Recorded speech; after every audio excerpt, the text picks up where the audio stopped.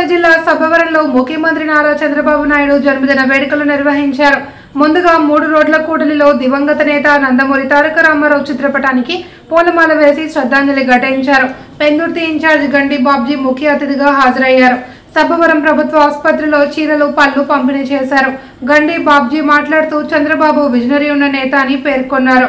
ఆయన ఆలోచన విధానాలతో రాష్ట్రం అభివృద్ధిలో పరుగులు తీస్తుంది అన్నారు. నాయకులు భరణికాన బాబురావు, మిడతల మహాలక్ష్మి నాయుడు, ఎక్స్ ఎంపీపీ గండి దేవుడు బాబు, గండి ముత్యాల నాయుడు తదితరులు పాల్గొన్నారు.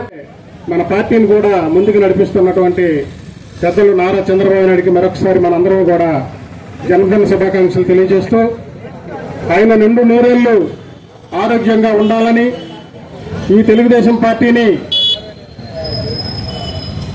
మరింత ముందుకు నడిపిస్తూ అనేక సార్లు మళ్లీ అధికారాలకు తీసుకురావాలని చెప్పి ఆయనకి శక్తి చేకూర్చాలని చెప్పి ఆ భగవంతుని కోరుకుంటూ మరి మండలంలో తెలుగుదేశం పార్టీ కార్యక్రమాలన్నీ కూడా చాలా చక్కగా కార్యకర్తలు, నాయకులు అందరూ కూడా మరి జరిపించడం జరుగుతుంది.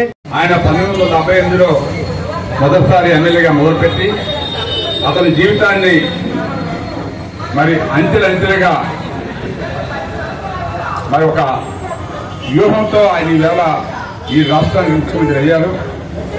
కష్టపడే తత్వం, ఈ రాష్ట్రాన్ని అభివృద్ధి చేయాలనే లక్ష్యం. ఇదే కాకుండా అతని ఓపికను చూసి మనం అందరూ కూడా నేర్చుకోవాలి. మీరందరూ కూడా చాలా మంది కింద తలేస్తే దుప్పటేసి పడుకుంటాం.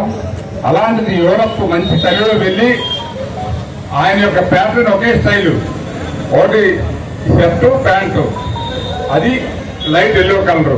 అతను జిమ్స్ తెలుగుదేశం పార్టీలో మొదలుపెట్టినప్పటి నుంచి ఈ రోజు బిల్ క్లింటన్ లేకపోతే ట్రంప్ ఎవరు వచ్చినా అదే డ్రెస్ మాన్యువల్తో మరి ఇప్పేదై అతని యొక్క ప్రత్యేకతను చాటుకుంటూ ఈవేళ మన రాష్ట్రాన్ని మీకు తెలుసు, ఉమ్మడి రాష్ట్రాన్ని ఎంత బాగా అభివృద్ధి చేశారో అదే పద్ధతిలో హైదరాబాద్ ఎట్లా తయారు చేశారో అదే పద్ధతిలో మన విశాఖపట్నం, అమరావతి కూడా అభివృద్ధి చెందాలనే ఉద్దేశంతో మీకు తెలుసు ఈ 10 నెలలు కూడా ఎంత కష్టపడి ఎంతమందిని ఒప్పించి సుమారు మన జిల్లాకే ఈవేళ 3 లక్షల కోట్ల రూపాయలు రాబడులు వచ్చాయి.